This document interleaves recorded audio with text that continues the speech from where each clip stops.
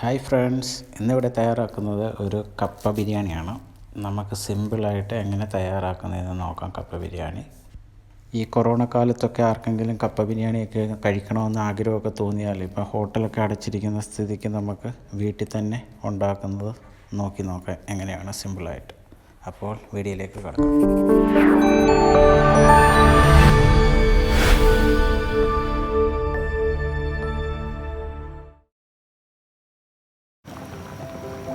കപ്പ ബിരിയാണിക്കുള്ള കപ്പ തിളച്ചുകൊണ്ടിരിക്കുകയാണ്. ഇത് നമ്മൾ കപ്പ കഷ്ണമാക്കിയിട്ട് വെള്ളത്തിൽ തിളപ്പിക്കുകയാണ്. തിളപ്പിച്ച് ഇതൊരു വേവുന്ന പരുവാകുമ്പോൾ ഊറ്റിയെടുക്കണം. ഉപ്പും മഞ്ഞൾ പൊടിയും ചേർത്തിട്ടുണ്ട്. പിന്നെ ഇനി ഇത് വേകുന്ന സമയത്ത് നമുക്ക് കപ്പയ്ക്ക് ഇളക്കാനുള്ള അരപ്പ് റെഡിയാക്കാം. കപ്പയ്ക്കുള്ള അരപ്പിന് നമ്മൾ തേങ്ങ ചിരകിയതെടുത്തിട്ടുണ്ട്. പിന്നെ 2-3 ചുവന്നുള്ളിയും പിന്നെ ഒരു 3 പച്ചമുളകും നല്ല ജീരകവും ശകലം ഉപ്പും എല്ലാം ചേർത്തിട്ടുണ്ട്. ഇതിനി ഒന്ന് അരച്ചെടുത്തിട്ട് വരും. അരപ്പ് റെഡി ആയിട്ടുണ്ട്. ഇനി കപ്പ നമ്മൾ ഊറ്റിയതിന് ശേഷം അതിലേക്ക് ഇട്ട് കൊടുക്കും. കപ്പ ഏകദേശം വെന്ത് വന്നിട്ടുണ്ട്.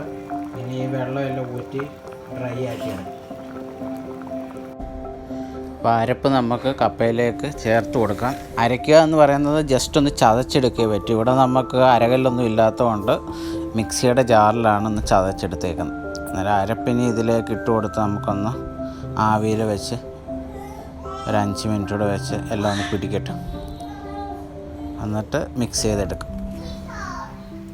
കപ്പ റെഡി ആയിട്ടുണ്ട്. എല്ലാ അരപ്പെല്ലാം ഇട്ട് ഇളക്കി എടുത്തിട്ടുണ്ട്. ആവി വറക്കുന്ന കണ്ടില്ല, നല്ല മണമൊക്കെ ആയിരുന്നു. വെളിച്ചെണ്ണയൊക്കെ അതിനകത്ത് ഒഴിച്ച് പച്ച വെളിച്ചെണ്ണയോട് ഒഴിച്ചാണ് ഇളക്കിയത്. കപ്പ ഇളക്കിയത് അവിടെ ഇരിക്കട്ടെ. അപ്പോഴത്തേനും നമുക്ക് അടുത്ത പരിപാടി നോക്കാം. അപ്പോൾ കപ്പ ബിരിയാണിക്ക് നമ്മൾ പാൻ അടപ്പത്ത് വെച്ചിട്ടുണ്ട്. ഇനി വെളിച്ചെണ്ണയിലാണ് നമ്മൾ ഉണ്ടാക്കുന്നത്. വെളിച്ചെണ്ണ തണുപ്പൊക്കെ ആയിട്ട് നല്ലപോലെ ഉറഞ്ഞിരിക്കുകയാണ്. 2 സ്പൂണ് വെളിച്ചെണ്ണ ഒഴിച്ചു കൊടുക്കാം.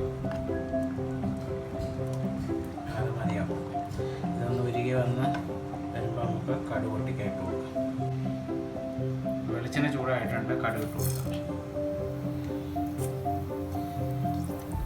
കടുക് ഒന്ന് പൊട്ടുമ്പോഴത്തേന് വറ്റൽമുളക് ഇട്ട് കൊടുക്കാം. വറ്റൽമുളക് ഇട്ടിട്ടുണ്ട്. 3 പച്ചമുളക് കീറിയതുണ്ട്. ശകലം കറിവേപ്പില ഇട്ട് കൊടുക്കാം. സവാള ഇട്ട് കൊടുക്കാം. ഇത് 2 മീഡിയം സൈസ് സവാളയാണ് എടുക്കുന്നത്.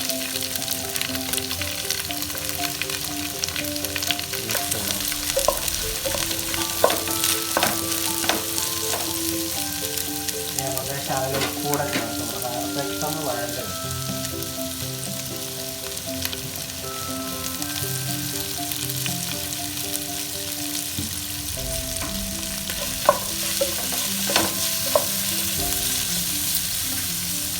ഒന്ന് വഴറ്റിയെടുക്കാം. അങ്ങനെ അവിടെ ഒരു 3-4 വെളുത്തുള്ളി കുറച്ച് നടക്കിയോടെ നമുക്ക് ഇട്ട് കൊടുക്കാം.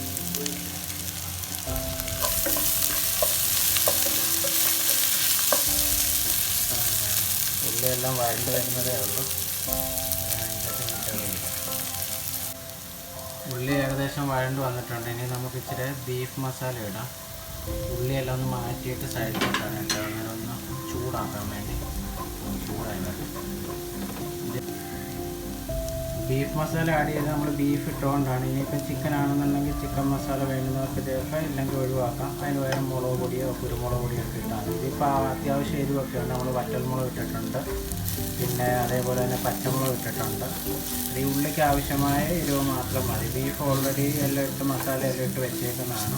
കപ്പയ്ക്ക് അരപ്പും പച്ചമുളകും എല്ലാം ചേർത്തിട്ടുണ്ട്. അന്നേരം പിന്നെ എരിവൊക്കെ പാകമായിട്ടുണ്ടാവും എല്ലാം ഇട്ട്.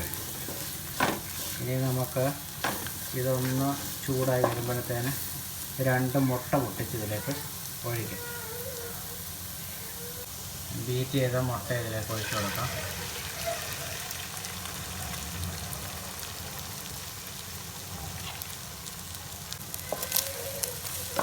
മുട്ട ചെറുതായിട്ട് വെന്ത് വരുന്നുണ്ട്. എല്ലാം നമുക്ക് മിക്സ് ചെയ്ത്.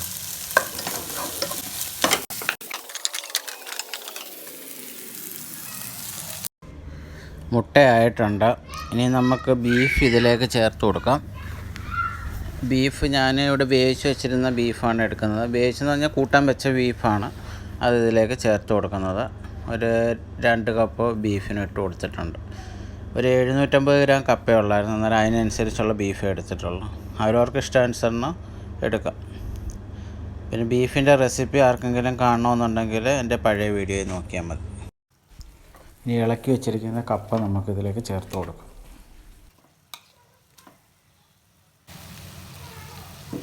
കപ്പ നമ്മളിതിലേക്ക് ഇട്ട് കൊടുത്തതിന് നല്ലതുപോലെ മിക്സ് ചെയ്തെടുക്കാം. മിക്സ് ചെയ്യുമ്പോൾ എല്ലാ കോണിലും പിടിക്കണം. നല്ലതുപോലെ മിക്സ് ചെയ്ത് കൊടുക്കാം.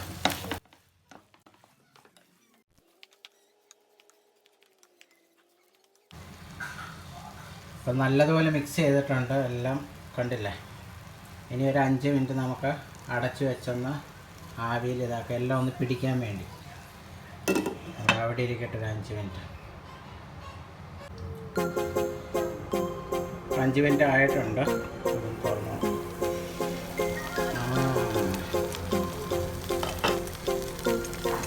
ഒന്ന് മിക്സ് ചെയ്തെടുക്കാം നല്ലതുപോലെ. കപ്പ ബിരിയാണി റെഡി ആയി കഴിഞ്ഞ് ഇനി ഒരു പാത്രത്തിലേക്ക് സെർവ് ചെയ്യാം നമുക്ക്.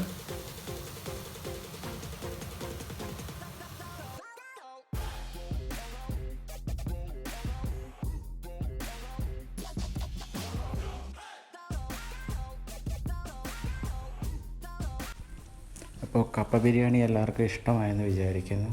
വീണ്ടും മറ്റൊരു വിഭവമായിട്ട് കാണും വരേക്കും വണക്കം.